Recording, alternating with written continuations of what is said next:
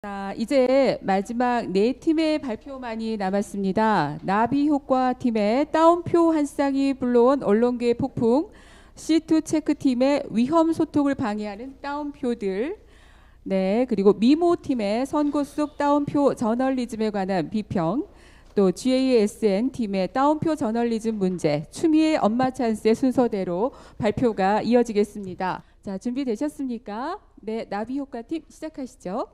안녕하세요. 나비효과 팀의 조윤아입니다. 저희가 선정한 제목은 따옴표 한 쌍이 불러온 언론계의 폭풍으로 기사를 분석해보며 따옴표 저널리즘에 대한 문제를 짚어보고자 합니다. 목차는 이렇습니다. 먼저 팀 소개를 하고 따옴표 저널리즘과 언론의 정의에 대한 소개를 한 다음 관련 해당 주제를 사료로 되는 기사를 분석하고 마지막으로 따옴표 저널리즘의 문제점으로 마무리 짓겠습니다. 저희 팀명인 나비효과는 본래 어휘뜻과 비슷하게 작은 움직임이 큰 파급력을 일으킬 수 있다, 이런 뜻을 가지고 있습니다.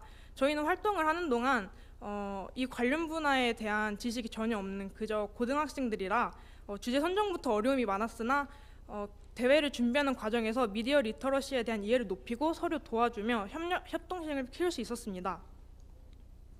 시작하기에 앞서 따옴표 저널리즘에 대해 짚고 넘어가자면 팩트체크 되지 않은 부정확한 발언들을 인용하여 정보를 전달하는 받아쓰기식 저널리즘이라고 정의할 수 있습니다. 본래 언론의 역할은 이 세 가지로 정의할 수 있습니다. 하지만 따옴표 저널리즘으로 인해 현재 언론이 이런 역할을 제대로 수행하고 있는지 의문이 듭니다. 그래서 저희는 언론의 심각한 문제로 떠오르고 있는 따옴표 저널리즘을 사용한 기사를 분석하고 해당 주제가 어떤 문제점을 가지고 있는지 생각해 보았습니다. 저희가 주제로 잡은 기사에서는 인천국제공항의 비정규직 정규화 논란에 대한 사람들의 반응에 대하여 다루고 있습니다. 오른쪽 사진은 기사 내용을 데이터한 워드클라우드로 이를 통해 기사의 키워드를 한눈에 알아볼 수 있습니다. 기사에서 발견한 문제점을 하나씩 짚어보겠습니다. 이게 바로 기사를 캡처한 내용인데, 첫 번째로 보시다시피 이 논란에 불만을 품은 취준생이나 직장인 혹은 네티즌 등 전문적이지 않은 불특정 다수의 말을 그대로 인용한 것을 알 수 있습니다. 두 번째로는 기사가 앞의 내용과는 관련 없는 설문조사 결과로 마무리되어 결국 기사가 우리에게 무엇을 전달하고 싶었는지 명확하게 전달되지 않았습니다. 다음은 본문에서 의문점이 드는 부분을 팩트체크한 내용입니다. 첫 번째, 정말 알바생이 정규직으로 전환되는지에 대한 팩트체크입니다. 인천국제공항공사 측에서 내놓은 정규직 전환 관련 Q&A에서 발췌한 내용을 정리하자면, 보안 검색 요원은 생명 안전과 직결된 업무를 담당하기 때문에 까다로운 절차를 통해 선발된다고 하며 일반적인 알바생은 아니라고 합니다. 두 번째, 정규직으로 전환된 보안 검색 요원의 연봉이 정말 5천만 원인지에 대한 팩트 체크입니다. 마찬가지로 인국공 측 입장문 일부를 정리하자면, 임시로 편성된 보안 검색 요원은 공사 일반직과 수행 직무도 다를 뿐더러 평균 임금은 약 3,850만 원으로 기존과 다른 임금 체계를 적용할 예정이라고 합니다. 또한 언론에 떠도는 연봉 5천만 원에 대한 내용은 보안 검색 요원이 공사 일반직으로 채용된다 오인한 것으로 추정됩니다. 마지막으로 비정규직 노동자들이 무조건 정규직으로 전환되는지에 대한 내용입니다. 관련 입장문을 요약하자면, 업무 난이도에 따른 적합한 채용 방식을 설계할 예정이므로 무조건적으로 적용되는 것은 아니라고 합니다. 또한 황덕순 청와대 일자리 수석의 말을 인용하자면, 비정규직 정규화 논란 이전에 비정규직 노동자들은 인성검사나 적격 심사를 거쳐 정규직으로 전환되나 그 이후에 채용되는 비정규직 노동자들은 필기 전형 및 공채 절차를 거쳐야 한다고 합니다. 따라서 해당 기사는 수많은 발화자들의 입에서 나온 정확하지 않은 정보들을 기반으로 작성한 따옴표 저널리즘이라 말할 수 있습니다. 이런 따옴표 저널리즘 기사는 눈덩이처럼 굴러져 확산되기도 하는데, 이러한 따옴표 저널리즘을 사용한 가짜 뉴스들이 기정사실화되며 정치계 언론계를 돌고 돌아 확산되기도 합니다. 이렇듯 우리에게 부정확한 정보를 전달하는 따옴표 저널리즘은 우리의 생활 곳곳에 스며들어 있습니다.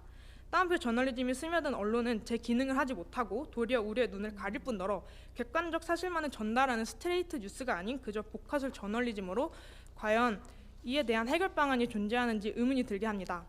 만약 따옴표 저널리즘과 같은 보도 형식이 점차 확산된다면 언론은 더 이상 국민을 위한 수단이 아니라 국민을 조종하는 수단 주체가 되어 우리의 머리 위에 군림하게 될지도 모릅니다. 이상 발표 마치겠습니다. 감사합니다. 감사합니다. 네, 나비효과 팀 잘 들었고요. C2 체크팀이 사정상 참여를 못했습니다. 바로 미모팀으로 넘어가도록 할게요. 선거 속 따옴표 저널리즘에 관한 비평 발표해 주시겠습니다. 네, 안녕하세요. 미디어 리터러시를 모두에게 미모 이현지입니다.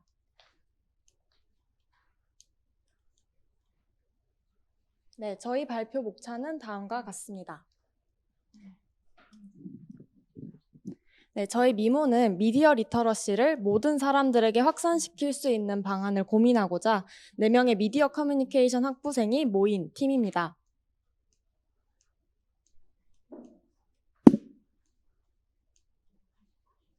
네, 저희 주제는 선거 속 따옴표 저널리즘입니다.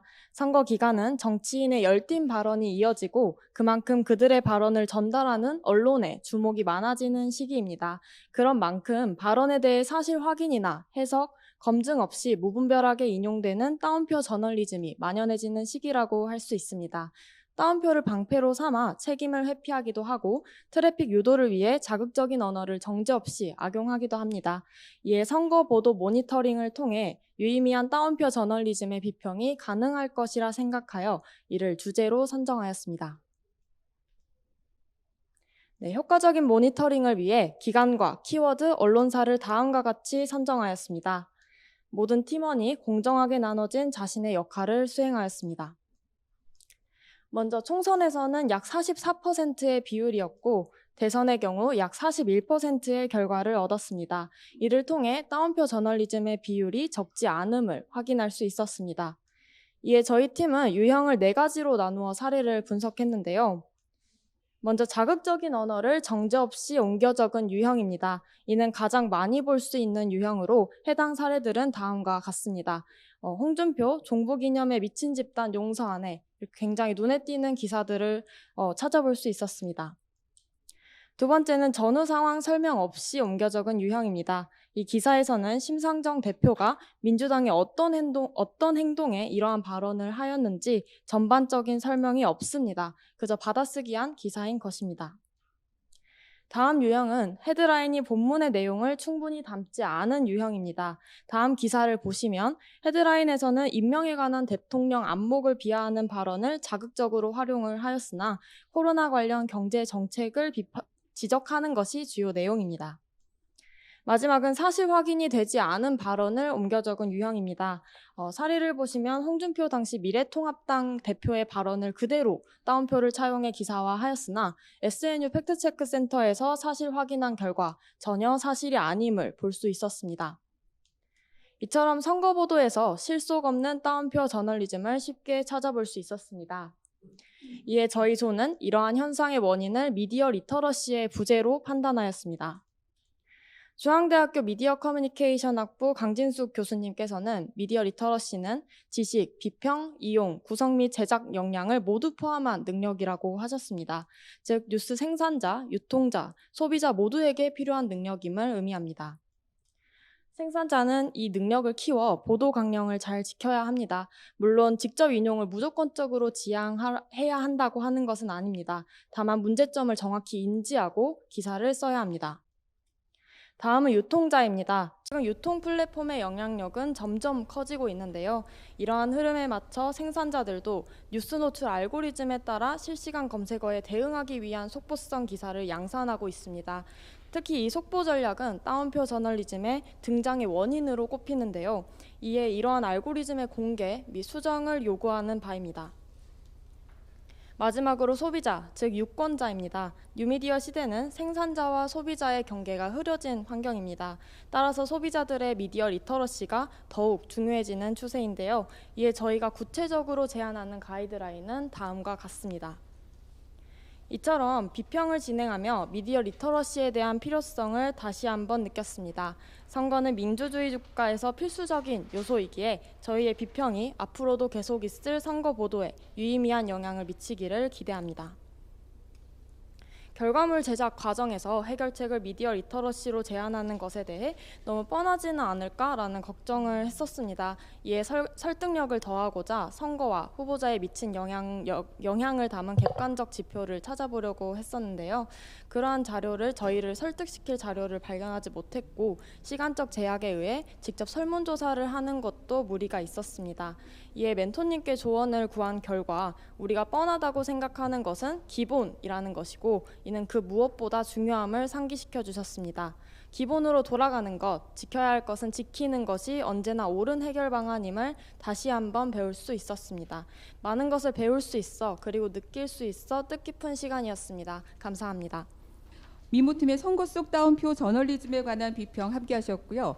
자, 이렇게 세 팀의 발표가 끝났습니다. 심사평 들어보도록 할게요. 김원경 소장님부터 부탁드립니다. 예, 일단 나비효과 팀은 제가 이제 글만 처음에 읽었을 때에는 상당히 좀 에세이 같은 느낌이 있다라는 생각이 들어서 아쉬웠는데 막상 오늘 이 발표하실 때 보면 그 부분이 되게 많이 극복이 돼가지고 굉장히 깔끔하게 잘 정리를 해주셨고요. 저는 고등학생인지 몰랐거든요. 근데 너무 잘하신 것 같아요. 너무너무 잘하신 편이다라는 말씀을 드리고요. 비평 대상과 주제 선정이 매우 저희는 좋았다고 그렇게 보이고, 그런데 딱 하나 아쉬운 거는 제가 계속 이 똑같은 지적을 하는 이유는 왜 하필이면 그 많은 기사 중에서 매일신문이라는 한 신문사의 매체 하나만을 가지고 이렇게 비평을 하고 있는가에 대한, 그러니까 이게 인국공 기사 중에 어떤 계기가 되는 아주 중요한 신문 보도였다거나 또는 첫 보도였다거나 외국 보도 중에는 그 중에 이걸 통해서 이 보도가 나간 다음에 이런 비슷한 보도들이 엄청나게 늘어났다. 그래서 내가 이걸 한다라는 그런 개념의 내용이 없이 또 매일신문이라는 매체가 굉장히 많은 사람들이 보는 매체가 아니기 때문에 그렇잖아요. 조중동이나 뭐 그러면 이렇게 어떤 기사를 내가 딱 하나를 선택해서 굉장히 집중적으로 분석을 했을 때는 그 배경에 대한 설명이 조금 더 있었으면 좋았겠다라는 아쉬움이 있습니다. 그렇지만 그 보도 속에 들어있는 문제점을 정리하는 것은 제가 보기에는 열심히 정말 잘 해주셨다라고 생각하고요. 다만 그 서술하는 데 있어서 약간 객관성이 좀 부족하다라고 보여지는 것들은 그러니까 에세이 같은 느낌으로 쓰여지는 그런 부분들이 있었다는 아쉬움이 있었습니다. 아무튼 저는 칭찬드리고 싶고요. 미모 팀은 사실 이 오신 분들 중에서 약간 무슨 어벤져스 같은 그런 느낌을 주고 있습니다. 주제도 굉장히 많은 사람이 완전히 투입돼서 할 수 있는 그런 주제였고요. 굉장히 열심히 이제 많이 하신 것 같아요. 그래서 좀 급이 이렇게 달랐습니다. 그런데 선거 보도는 따옴표가 많이 나올 수밖에 없는 주제고 그래서 굉장히 중요한 주제 선택과 적절한 주제 선택이었고 그게 워낙 많기 때문에 사실 따옴표 저널리즘의 문제점, 그러니까 선거 속 따옴표 저널리즘의 문제점은 저는 여기에 있는 것보다 훨씬 많다고 생각합니다. 근데 그걸 다 끄집어내지는 못했다. 왜냐면 한계가 있잖아요. 지금 모니터한 시기나 이런 것들이. 그리고 이제 주로 사람 위주로만 이렇게 했고 그러시다 보니까 한계가 있었다라는 점이 좀 아쉬웠습니다. 그래서 저 같으면은 제가 이것을 만약에 했다면은 저는 사람 위주로 그러니까 후보자 위주로만 하는 게 아니고 사실 선거 시기에는 후보자의 발언을 하면서 그 따옴표 저널리즘이 문제가 되는 것도 있지만은 주변에서 다른 이야기들을 하는 것들이 또 어떤 해코지하는 발언들이나 특정 후보에 대한 음해성 발언들 이런 것들이 나가면서 훨씬 더 많은 그 문제를 일으키기 때문에 주제 그러니까 시기를 좀 좁히고 총선이나 대선 한 가지만 하고 좀 더 많은 한 시기에 좀 더 많은 기사들을 분석해 주셨으면 더 좋지 않았을까 그런 아이디어를 아무튼 드리고요. 그렇지만은 굉장히 의미 있는 내용이었다라고 생각을 합니다. 잘하셨습니다. 그 다음에 아주 잘하셨습니다. 저 보탤 말 없고요. 저도 나비효과 고등학생일 줄 모르고 평가를 했는데 아주 이렇게 우리 고등학생들이 선생님들, 대학생 언니 오빠들 하는데 이렇게 전혀 손색이 안 가게 잘하셨습니다. 정말. 그리고 뭐 그 미모 팀은 이제 기자가 봐도 조사 대상을 선정하고 분석하고 통계화 처리하고 그리고 그것을 어떤 논리적 도구들을 활용했는가 관련 연구와 논문들 이런 거 조사하는 데서 아주 충실했다. 아주 저는 무척 그래서 높이 평가합니다. 그런 충실함 그리고 이제 논리 전개도 무척 논리적이었었다. 예, 예. 나머지는 이게 김 선생님 말씀하고 똑같습니다. 네. 네, 발표 잘 들었고요. 일단 오늘 같은 자리에서 사실은 저희가 이제 이 분야에서 아주 오랫동안 활동을 해온 사람이기 때문에 이렇게 만나서 또 어떤 정해진 뭐 결과물에 대해서 얘기를 듣고 하고 하는 자리는 나름대로 소중한 자리라고 생각을 하기 때문에 뭐 잘했다 못했다를 떠나서 나비효과 팀의 고교생들은 앞으로 무한한 가능성을 갖고 있는 젊은 세대이기 때문에 몇 가지만 좀 말씀을 드리면, 기본적으로 이 모니터를 하거나 어떤 비평을 할 때 내가 왜 이거를 하려고 하는지, 혹은 그 주제를 선택을 했으면 그 선정된 주제를 어떻게 풀어갈 것인가, 키워드가 무엇인가, 어디에 집중해야 될 것인가 하는 부분을 고려하시는 게 굉장히 중요하다고 생각을 해요. 그래서 여기는 이제 주제도 주제지만 따옴표 저널리즘이라는 부분이 미션 과제로 주어졌기 때문에 뭐 인국공 관련 보도를 모니터 하더라도 인국공 관련 보도 전체를 모니터 한다기보다 그 전체의 맥락은 알고 있어야 되지만 그 맥락이 따옴표 안에서 어떻게 녹아들고 뭐 장점, 단점 이런 부분들을 구분해 주는 게 목적이라고, 분석의 어떤 가장 주요한 목적이라고 목표라고 생각을 하는데, 여기를 보다 보면 그 따옴표 관련된 부분을 키포인트로 볼 수 있는 부분이 많지가 않아요. 그냥 인국공 자체 기사를 전체적으로, 그 아니면 인국공에서 벌어지고 있는 그 팩트 이런 부분을 체크하는 전반적인 내용들로 보여지지, 우리가 미션으로 받았던 과제에 대해서 집중을 해갖고 그거를 분석해내는 형태로 좀 느껴지지 않는 부분이 있어서 이후에도 계속적으로 이러한 작업들에 관심을 가지실 텐데, 항상 뭐 이런 부분들을 다루다 보면 내가 전체 주제에 집중할 것인가, 아니면 그 전체 주제 안에서 핵심 키워드를 갖고 그 부분에 집중할 것인가를 잘 관찰하지 않으면 이 전달하고자 하는 주제의 내용이 서로 다른 내용이 나올 수 있다라는 점을 참고하셨으면 좋겠다라는 점을 말씀드리고 싶고, 이거는 비평문이기 때문에 아까 김원경 선생님 계속 얘기하셨듯이 에세이 같다, 칼럼 같다, 이런 부분들은 굉장히 객관적인 어떤 데이터를 통해서 뭔가를 제시하기보다는 그냥 내가 생각하고 있는 바를 주장하는 내용으로 전달하기가 쉽거든요. 그래서 그 서술하는 방식, 기법 이런 부분들을 좀 자료들 많이 나와 있기 때문에 참고하셔서 체크를 하면 혹여라도 내년에 이 대회가 있어서 다시 재도전을 한다 그랬을 때는 훨씬 수준 높은 결과물들을 내실 수 있지 않을까 하는 점에서 좀 조언을 드리고 싶고요.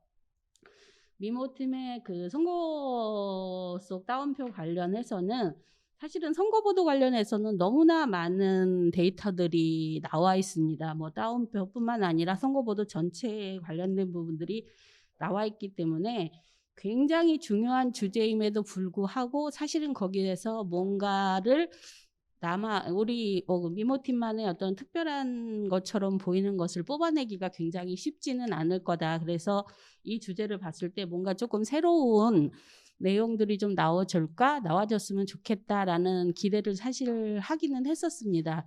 근데 그런 부분들까지 좀 가기는 어렵지 않았나 하는 생각을 전반적으로 하면서, 제가 긍정적인 부분으로 주목해 봤던 부분은 사실은 이건 논문이 아니기 때문에 이런 부분들을 이제 시민이 하는 이유는 그런 부분에 어떤 스스로의 주관적 판단력, 비판적 의식을 갖고 그것들을 잘 활용하고 참여하겠다. 민주주의 사회에서의 어떤 소통 역량 강화라든지 이런 부분을 함양하고 싶다. 이런 목적들이 사실은 더 크기 때문에 내가 뭐 미디어 그러니까 제작 전문가가 되기 위한 자리는 아니잖아요. 그래서 어떤 각 주체들의 책임 부분을 명시한 부분이라든지 그런 부분에서 어떤 개선점을 좀 제시하고 있다라든지 그런 내용들이 막 거창하게 전문적이지는 않지만 그래도 적어도 이런 나비효과 미모 GASN 팀까지 함께 했습니다. 그리고 한 10팀 네. 세 분 심사위원께서 꼼꼼하고 날카로우면서도 따뜻한 심사평을 주셨습니다. 심사평 해주신 우리 세 분 위원님께 예, 박수 한번 보내드리죠. 수고하셨습니다. 자, 이렇게 해서 미디어 리터러시 부문 10팀의 발표와 심사평을 모두 마쳤습니다. 이제 심사 결과만을 남겨두고 있는데요. 미디어 리터러시 부문 역시 1차 심사 결과와 오늘의 심사 결과를 종합해서 최종 점수를 가리겠습니다.